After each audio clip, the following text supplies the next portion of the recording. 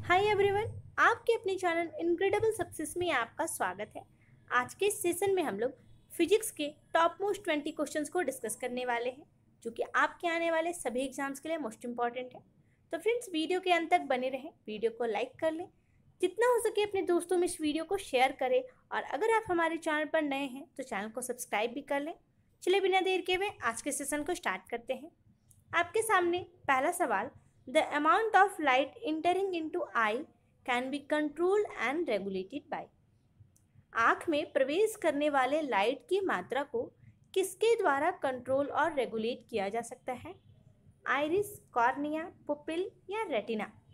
Right answer बनेगा option C, pupil, जिसे पुतली कहते हैं। तो पुतली के द्वारा आँख में प्रवेश करने वाले लाइट की अमाउंट को कंट्रोल और रेगुलेट किया जा सकता है।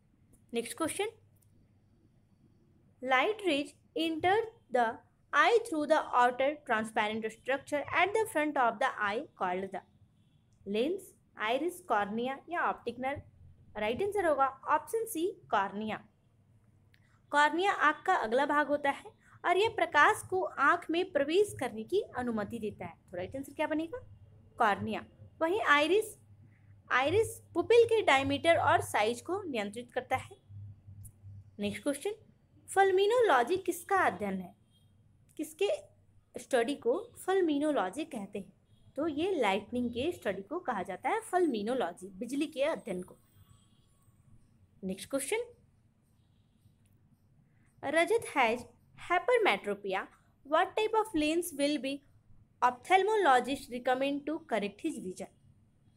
क्वेश्चन कह रहा कि अगर हाइपरमेट्रोपिया है तो हाइपरमेट्रोपिया को नियंत्रित करने के लिए किस प्रकार का लेंस का प्रयोग किया जाता है? तो इसका राइट आंसर हो जाएगा ऑप्शन डी, कन्वेक्स लेंस। और वहीं मायोपिया हो तो कनकेव लेंस। इसका राइट आंसर है ऑप्शन डी। नेक्स्ट क्वेश्चन है, what will be the size of the image formed by a concave mirror when an object placed between pole and focus? जब भी किसी वस्तु को पोल या फोकस के बीच रखा जाता है तो अवतल दर्पण के द्वारा बनाया गया प्रतिबिंब किस आकार का होता है? तो फ्रेंड्स, वह हमेशा बड़ा होता है। बड़ा होता है, आभासी होता है और सीधा होगा। तो राइट आंसर बनेगा option B. Next question, Tyndall प्रभाव किसका कारण है? का कारण क्या है? टिंडल इफेक्ट किसके कारण होता है? स्कैटरिंग ऑफ लाइट के कारण, डिस्पर्सन ऑफ लाइट के कारण, रिफ्रैक्शन ऑफ लाइट या फिर रिफ्लेक्शन ऑफ लाइट के कारण? तो इसका राइट आंसर होगा option A, scattering of light के कारण, यानी कि प्रकाश का प्रकीर्णन के कारण। Next question, which instrument is used to measure the intensity of light produced by an unknown source in terms of a standard source? Friends देखिए, इसका यहाँ पे हिंदी टाइप करना रह गया, मैं आपको बता देती हूँ। क्वेश्चन कह रहा है कि किसका प्रयोग प्रकाश की तीव्रता को मापने के लिए किया जाता है? तो राइट आंसर बनेगा फोटोमीटर। फोटोमीटर का प्रयोग प्रकाश की तीव्रता को मापने के लिए किया जाता है।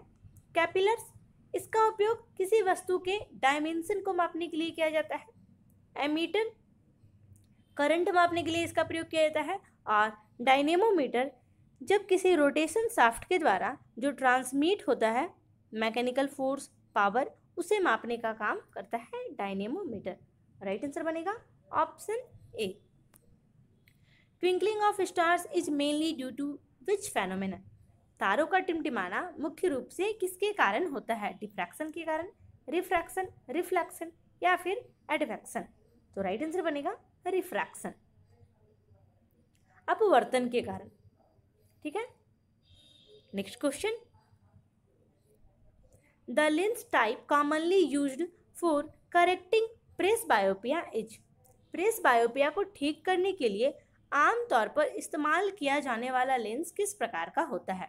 तो फ्रेंड्स देखिए, कनकेव लेंस यूज किया जाता है मायोपिया को ठीक करने के लिए, कन्वेक्स लेंस यूज किया जाता है हाइपरमेट्रोपिया को ठीक करने के लिए, और सिलेंड्रिकल लेंस यूज किया जाता है स्टिग्मैटिज्म को ठीक करने के लिए, और बाइफोकल लेंस यूज किया जाता है आपका प्रेसबायोपिया को ठीक करने के लिए। ठीक है, तो राइट आंसर होगा ऑप्शन ए। नेक्स्ट है which of the following is the instrument used in submarines to view object above sea level. ये 4 ऑप्शन दिए हैं, इसमें से कौन सा उपकरण पनडुब्बियों में समुद्र तल से ऊपर की वस्तुओं को देखने के लिए किया जाता है? तो ये पेरिस्कोप के द्वारा किया जाता है।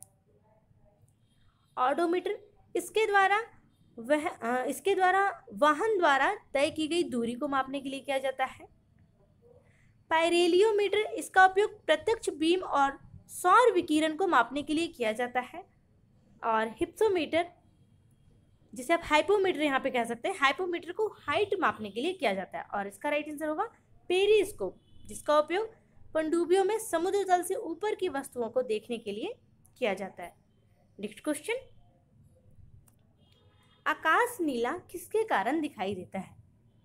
तो फ्रेंड्स इसका राइट आंसर हो जाएगा option C, scattering of light के कारण हमें जो आकाश है वो नीला नीला दिखाई देता है, प्रकाश का प्रकीर्णन के कारण। नेक्स्ट क्वेश्चन, फ्रेंड्स वीडियो अच्छा लग रहा है तो वीडियो को लाइक करें। Mirror used by dentist to see large images of teeth of patients. Patient के टीथ को बड़े साइज में देखने के लिए डेंटिस्ट के द्वारा किस प्रकार का मिरर यूज किया जाता है? तो ये यूज किया जाता है कनकेव मिरर। कनकेव मिरर का उपयोग बड़ा प्रतिबिंब और सीधा प्रतिबिंब बनाने के लिए किया जाता है। तो डेंटिस्ट के द्वारा कनकेव मिरर का उपयोग किया जाता है। नेक्स्ट क्वेश्चन है what is the name of the phenomena in which mountain tops acquire a rosy और orange hue around sunrise and sunset. उस घटना का नाम बताना है जिसमें पर्वत शिखर सूर्योदय और सूर्यास्त के आसपास हल्का लाल और नारंगी रंग का हो जाता है। तो फ्रेंड्स इसका राइट आंसर हो जाएगा अल्पेंग्लो। उस फेनोमेनन का नाम क्या है? अल्पेंग्लो, जिसके कारण पर्वत शिखर सूर्योदय और सूर्यास्त के आसपास हल्का लाल और नारंगी रंग का हो जाता है। राइट आंसर हो जाएगा ऑप्शन सी। नेक्स्ट क्वेश्चन, निम्नलिखित में से किसका अपवर्तनांक क्रॉन ग्लास के सबसे निकट होता है? तो फ्रेंड्स क्रॉन ग्लास, इसका अपवर्तनांक होता है 1.55। क्रॉन ग्लास का अपवर्तनांक कितना होगा? 1.55। और इसके सबसे निकट जो अपवर्तनांक होता है वो है कनाडा बॉल्सम। कनाडा बॉल्सम का अपवर्तनांक क्रॉन ग्लास के सबसे निकट होता है। Next question, the phenomenon of deviation of light rays from their original path when they pass from one medium to another is called। प्रकाश की किरणें जब अपने मूल पथ से विचलन की घटना जब वे एक माध्यम से दूसरे माध्यम में जाती है तो वह क्या कहलाती है? तो इसका राइट आंसर हो जाएगा ऑप्शन डी, रिफ्रैक्शन। रिफ्रैक्शन यानी कि अपवर्तन। Next question, image formed by a plane mirror is always. समतल दर्पण के द्वारा जो प्रतिबिंब बनता है वो ऑलवेज कैसा होता है? तो फ्रेंड्स वो वर्चुअल और इरेक्ट बनता है। समतल दर्पण से जो प्रतिबिंब बनता है वो आभासी और सीधा प्रतिबिंब बनता है। Next question, what is the colour of the light emitted by the sun. सूर्य द्वारा उत्सर्जित प्रकाश का रंग कैसा होता है? व्हाइट होता है, येलो, रेड होता है, ऑरेंज होता है या फिर येलो होता है? तो इसका राइट आंसर होगा ऑप्शन डी, व्हाइट। सूर्य द्वारा उत्सर्जित प्रकाश सफेद रंग का होता है, जिसमें जो रंग शामिल होते हैं उसे आप याद कर सकते हैं विबग्योर से। हल्का लाल, नारंगी, पीला, हरा, नीला, इंडिगो और वायलेट, ये सभी रंग शामिल होते हैं जो सभी इंद्रधनुष के रंग बनाते हैं। इस क्वेश्चन का राइट आंसर क्या है? व्हाइट। नेक्स्ट क्वेश्चन, एक दूसरे से 120 डिग्री झुके दो दर्पणों द्वारा बनने वाले प्रतिबिंबों की कुल संख्या कितनी होती है? कितनी होगी? 1, 2, 3 या 4? तो जब दो दर्पण 120 डिग्री एंगल से झुका हुआ हो तो इसका प्रतिबिंब बनेगा 2। कितने प्रतिबिंबों की संख्या होगी? इमेजेस की संख्या 2। अब आप सोच रहे होंगे ये आया कैसे? तो फ्रेंड्स जब भी दो दर्पण एक दूसरे से थीटा कोण पर रखने पर जो प्रतिबिंब बनता है और उसका जो संख्या होता है उसे निकालने के लिए एक फार्मूला है n = number of images equal to 360 by theta -1। Theta का वैल्यू दिया हुआ है 120, तो लिखेंगे 360 बाई 120 -1, ये 3 टाइम्स में जाएगा, तो 3 - 1 2, तो टोटल इमेजेज की संख्या कितनी होगी 2। तो यहाँ पे आपका थीटा का वैल्यू कुछ भी दिया हो आप इजली इसे निकाल सकते हैं। नेक्स्ट क्वेश्चन है, आँख का वह भाग जो किसी वस्तु की छवि को तंत्रिका संकेतों में बदलने के लिए जिम्मेवार है। Iris, optic nerve, virtuous humour या फिर रेटिना। राइट आंसर बनेगा ऑप्शन डी, रेटिना। रेटिना है किसी भी ऑब्जेक्ट के इमेजेज को कन्वर्जन के लिए रिस्पॉन्सिबल होता है रेटिना। नेक्स्ट क्वेश्चन, कौन सी घटना किसी माध्यम के अणुओं द्वारा प्रकाश के प्रकीर्णन से संबंधित है जब वे कंपन ऊर्जा स्तरों के लिए उत्साहित होते हैं? Which phenomenon deals with the scattering of light by molecules of a medium when they are excited to vibrational energy levels? तो ये होता है रमन इफेक्ट, जो कि दिया गया था सीवी रमन के द्वारा। इसका राइट आंसर क्या है फ्रेंड्स? Option C. तो फ्रेंड्स ये थे आपके physics related most important 20 question. उम्मीद है ये वीडियो आपको काफ़ी ज़्यादा पसंद आई होगी।